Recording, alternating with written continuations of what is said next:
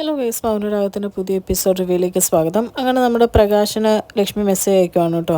പ്രകാശേട്ടൻ കൊടുത്തു വിട്ട അർച്ചനയുടെ പ്രസാദമൊക്കെ തൊട്ടു, കുങ്കുമമൊക്കെ ഞാൻ തൊട്ടു എന്നൊക്കെ.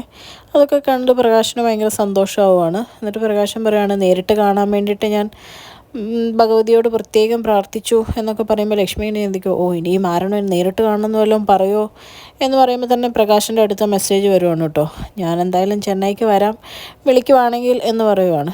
അപ്പോൾ ലക്ഷ്മി തിരിച്ച് മെസ്സേജ് അയക്കുവാണ്, അനിയനൊക്കെ UK അവരൊക്കെ വന്നു കഴിയുമ്പോഴത്തേക്കും ഇങ്ങോട്ട് പോരെ എന്നുള്ള രീതിയിൽ പറയുവാണ്. അപ്പോഴത്തേക്കും പ്രകാശൻ മനസ്സിൽ ചിന്തിക്കുക, അപ്പോൾ അളിയനൊക്കെ UK അപ്പോൾ ഫുൾ ബന്ധുക്കാർ പുറത്താണ്, നല്ല സെറ്റപ്പ് തന്നെ, ലൈഫ് രക്ഷപ്പെട്ടു എന്നൊക്കെ ഇങ്ങനെ ചിന്തിച്ചുകൊണ്ടിരിക്കുവാണ്.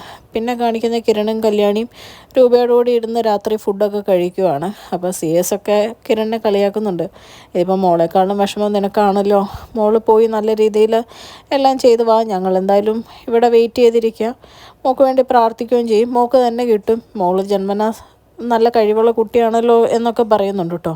അത് കഴിഞ്ഞ് രൂപയും പറയുന്നുണ്ട്, നേരെ മോൾക്ക് തന്നെ കിട്ടും, അതിലൊരു സംശയവും ഇല്ല എന്നൊക്കെ പറയുവാണ്. പിന്നെ ഇതൊക്കെ പ്രകാശനും എല്ലാവരും കാണണം എന്ന് പറയുമ്പോൾ കല്യാണി പറയുന്നുണ്ട്, അവർക്കിപ്പം വലിയ നിലയിലായതുകൊണ്ട് നമ്മൾ ഇതൊക്കെ കിട്ടിയെന്ന് പറഞ്ഞാലും അവർക്ക് വെറും പുച്ഛമായിരിക്കും എന്ന് പറയുന്നുണ്ട്.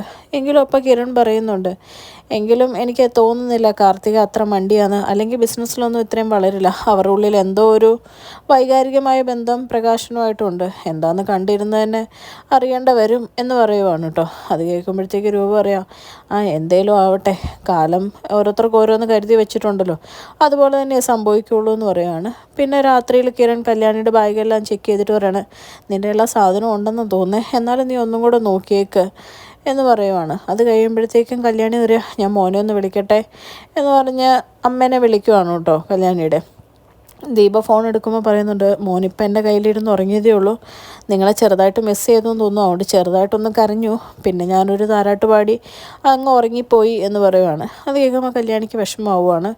അപ്പോൾ ദീപ പറയുന്നുണ്ട്, വിഷമിക്കേണ്ട മോളെ, രാവിലെ വിളിച്ചാൽ മതി, കുഞ്ഞിനെ കാണാം എന്നൊക്കെ പറഞ്ഞ് ആശ്വസിപ്പിക്കുവാണ് കേട്ടോ. അത് കഴിയുമ്പോൾ കിരൺ പറയുന്നുണ്ട്, നമുക്കൊന്ന് പുറത്തൊക്കെ പോയി ചുറ്റിയിട്ട് വന്നാലോ, ഇനി ഒരാഴ്ച കഴിഞ്ഞല്ലേ തന്നെ ഞാൻ കാണുള്ളൂ എന്നൊക്കെ പറഞ്ഞ് അവർ പുറത്തേക്ക് പോവുകയാണ്. അങ്ങനെ ബീച്ചിലൊക്കെ പോയി കുറേ നേരം സംസാരിച്ച് ഇരിക്കുവാണ് കേട്ടോ. രണ്ടുപേർക്കും പരസ്പരം പിരിയുന്നതിൻ്റെ നല്ല വിഷമമുണ്ട്, അവരുടെ സ്നേഹമൊക്കെയാണ് കാണിക്കുന്നത്. അത് കഴിയുമ്പോൾ ഫുഡ് കഴിക്കാൻ പോകാമെന്ന് പറഞ്ഞ് കിരൺ കല്യാണിയും കൊണ്ട് ഒരു തട്ടുകടയിൽ പോയി ഫുഡ് കഴിക്കുവാണ്. ആ സമയത്താണ് നമ്മുടെ ആദർശം നയനയും ആ വഴിക്ക് വരുന്നത് കാണുന്നത്.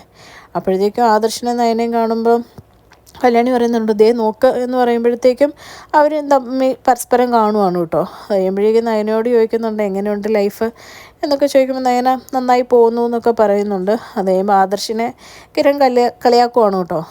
ഈ സമയത്തൊക്കെ ഇറങ്ങി നടക്കണം എന്നുണ്ടെങ്കിൽ നിൻ്റെ ദാമ്പത്യ ജീവിതം ഏകദേശം എങ്ങനെ പോകുന്നു എന്ന് ഊഹിക്കാം എന്നൊക്കെ പറയുവാണ്. അത് കഴിയുമ്പം കല്യാണി പോകുന്ന കാര്യത്തെ പറ്റിയൊക്കെ ആദർശം നയനയും പറയുവാണ്, നല്ലപോലെ ചെയ്തിട്ട് വാ, നല്ല പെർഫോമൻസൊക്കെ കാഴ്ചവെക്ക്, നല്ല നിലയിലൊക്കെ എത്തും എന്ന് പറയുമ്പം കിരണും കല്യാണിയും തിരിച്ചു പറയുന്നുണ്ട്, ഇവർക്ക് ഒരുപാട് ടാലൻ്റ് ഉള്ളതാണ്, എൻ്റെ കൂടെ വീട്, ഇനിയിപ്പോൾ പുറത്തൊക്കെ പോയി നല്ല ഫേമസ് ആയിട്ട് വരാം, ഇപ്പോൾ ഇൻ്റർനാഷണൽ മാർക്കറ്റിലൊക്കെ ഡിസൈനിങ്ങിനൊക്കെ നല്ല സ്കോപ്പ് ഉണ്ടെന്നൊക്കെ കിരൺ പറയുവാണ്.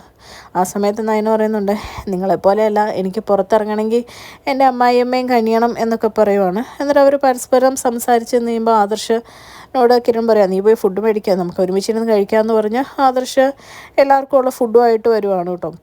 അങ്ങനെ അവർ ഒരുമിച്ച് അവിടെ സംസാരിച്ച് നിൽക്കുന്ന കാണിച്ചുകൊണ്ടാണ് ഇന്നത്തെ എപ്പിസോഡ് അവസാനിക്കുന്നത്. ചാനൽ ഇഷ്ടപ്പെട്ട് കഴിഞ്ഞാൽ ലൈക്ക് ചെയ്യാനും സബ്സ്ക്രൈബ് ചെയ്യാനും കമൻറ്റ് ചെയ്യാനും മറക്കരുത്. Thank you.